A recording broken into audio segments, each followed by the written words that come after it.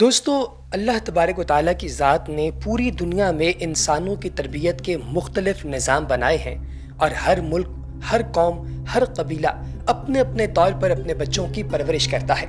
پہل مکہ مکرمہ میں رواج تھا کہ جب بھی کسی کے ہاں بچہ پیدا ہوتا تو اسے دائی کے حوالے کر دیا جاتا تاکہ وہ اس بچے کی اچھے سے پرورش کرے۔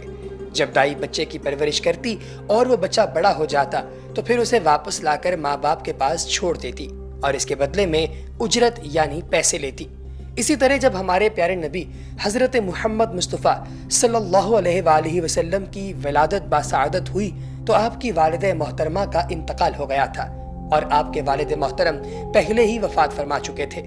تمام دائیاں بچوں کو لے کر اپنی اپنی منزل کی طرف روانہ ہوئیں، مگر آپ علیہ السلام کو کوئی بھی دائی لے کر جانے کے لیے راضی نہ ہوئی، کیونکہ آپ کے والد اور والدہ دونوں کا انتقال ہو چکا تھا۔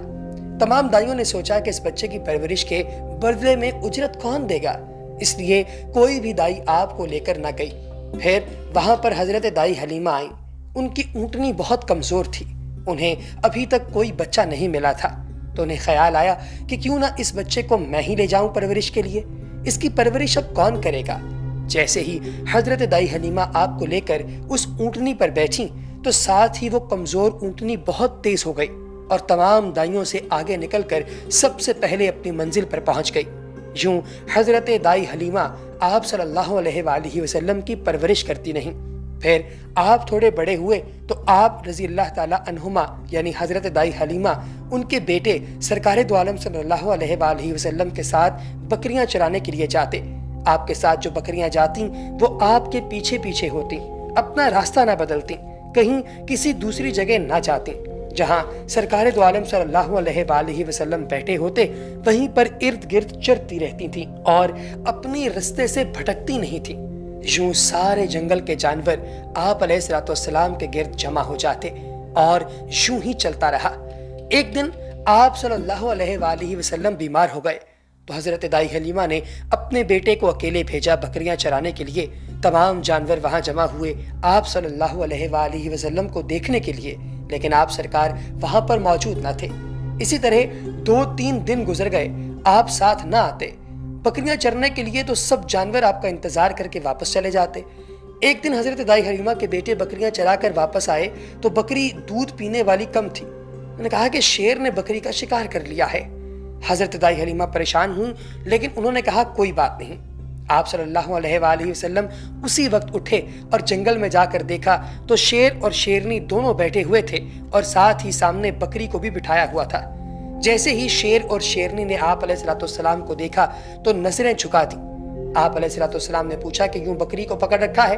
تو انہوں نے کہا کہ اے نبی صلی اللہ علیہ وآلہ وسلم، ہم آپ کا روز انتظار کرتے، آپ کچھ دنوں سے نہ آئے تو ہم پریشان ہو گئے تھے، تو ہم سب جنگل والوں نے مل کر یہ ترکیب سوچی کہ بکری کو ہم وہ چرا لیتے ہیں، پھر آپ علیہ السلام ضرور آئیں گے۔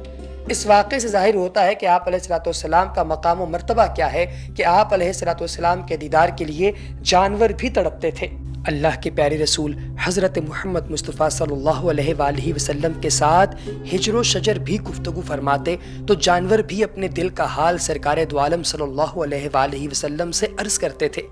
امام ابن سعد اور ابن عساکر نے رسول اللہ صلی اللہ علیہ وآلہ وسلم سے محبت کرنے والے جانوروں کا ذکر کرتے ہوئے اس خوش نصیب سیاہ گدھے کا بھی ذکر کیا ہے جس پر رسول خدا صلی اللہ علیہ وآلہ وسلم سواری فرماتے، اور پھر محبوب خدا صلی اللہ علیہ وآلہ وسلم کے وصال کے بعد اس گدھے نے بھی موت کو گلے لگا لیا تھا۔ علامہ طاہر القادری کی کتاب کشف الاسرار میں ابن عساکر اور امام ابن سعد کے حوالے سے ان روایات کا ذکر کیا گیا ہے۔ روایت ہے کہ ابو منظور بیان کرتے ہیں کہ جب حضور نبی پاک علیہ السلام نے خیبر کو فتح کیا تو آپ علیہ السلام نے مال غنیمت میں ایک سیاہ گدھا پایا اور وہ پابہ زنجیر تھا۔ سرکار دو عالم صلی اللہ علیہ وآلہ وسلم نے اس سے کلام فرمایا تو اس نے بھی آپ علیہ السلام سے کلام کیا۔ سرکار نے اس سے پوچھا تمہارا نام کیا ہے؟ اس نے عرض کیا کہ میرا نام یزید بن شہاب ہے۔ اللہ تعالیٰ نے میرے دادا کی نسل سے 60 گدھے پیدا کیے، ان میں سے ہر ایک پر سوائے نبی کے کوئی سوار نہیں ہوا۔ میں توقع کرتا تھا کہ آپ علیہ السلام مجھ پر سوار ہوں، کیونکہ میرے دادا کی نسل میں سوائے میرے کوئی باقی نہیں رہا، اور انبیاء کرام میں سوائے آپ کے کوئی باقی نہیں رہا۔ آپ علیہ الصلوۃ والسلام سے پہلے میں ایک یہودی کے پاس تھا، میں اسے جان بوجھ کر گرا دیتا تھا، وہ مجھے بھوکا رکھتا اور مارتا پیٹتا۔ راوی بیان کرتے ہیں کہ سرکار دو عالم صلی اللہ علیہ وآلہ وسلم نے اسے فرمایا، آج سے تیرا نام یافور ہے۔ اے یافور، اس نے لبیک کہا۔ راوی بیان کرتے ہیں کہ سرکار دو عالم صلی اللہ علیہ وآلہ وسلم اس پر سواری فرمایا کرتے تھے، اور جب اس سے نیچے تشریف لاتے تو اسے کسی شخص کی طرف بھیج دیتے۔ وہ دروازے پر آتا اور اپنے سر سے کھٹکھٹاتا، اور جب گھر والا باہر آتا تو وہ اسے اشارہ کرتا کہ سرکار دو عالم صلی اللہ علیہ وآلہ وسلم کی بات سنے جا کے۔ بس جب سرکار دو عالم صلی اللہ علیہ وآلہ وسلم اس دنیا سے ظاہری پردہ فرما گئے تو وہ ابو ہیشم بن تیہان کے کنویں پر آیا اور سرکار دو عالم علیہ الصلوۃ والسلام کے فراق کے غم میں اس میں کود پڑا۔ وہ کنواں ہی اس کی قبر بن گئی۔ دوستو سبحان اللہ، اللہ کے پیارے رسول صلی اللہ علیہ وآلہ وسلم کے ساتھ جانوروں کا عشق ملاحظہ کیجیے۔ اسی طریقے سے حضرت عبداللہ بن عمر رضی اللہ تعالیٰ عنہما سے روایت ہے کہ سرکار دو عالم صلی اللہ علیہ وآلہ وسلم نے فرمایا کہ ایک عورت کو ایک بلی کی وجہ سے عذاب دیا گیا۔ اس نے اس بلی کو کسی جگہ بند کر دیا تھا یہاں تک کہ وہ بھوکی مر گئی، اور ایک عورت کو اس وجہ سے جنت میں داخل کیا گیا کیونکہ اس نے ایک کتے کو پانی پلایا تھا۔ وہ عورت فحشہ تھی، لیکن اس کے باوجود اللہ تبارک و تعالیٰ کی ذات نے اسے معاف کر دیا اور اسے کتے کو پانی پلانے کے اجر کے طور پر خدائے بزرگ و برتر نے جنت الفردوس میں جگہ عطا فرمائی۔ حضرت ابو ہریرہ رضی اللہ تعالیٰ عنہما سرکار دو عالم صلی اللہ علیہ وآلہ وسلم سے روایت کرتے ہیں کہ آپ علیہ الصلوۃ والسلام نے فرمایا، ایک عورت اپنی بلی ہی کی وجہ سے دوزخ میں داخل ہو گئی جسے اس نے باندھ کر رکھا تھا۔ اسے نہ تو وہ خود کھلاتی، نہ ہی اسے زمین کے کسی کیڑے مکوڑے کو کھانے دیتی، وہ بیچاری کمزوری سے مر گئی۔ حضرت ابو ہریرہ رضی اللہ تعالیٰ عنہما سے روایت ہے کہ حضور پاک صلی اللہ علیہ وآلہ وسلم نے فرمایا کہ ایک کتا کسی کنویں کے گرد گھوم رہا تھا، قریب تھا کہ وہ پیاس سے مر جائے گا۔ اچانک اسے بنی اسرائیل کی ایک بدکار عورت نے دیکھ لیا۔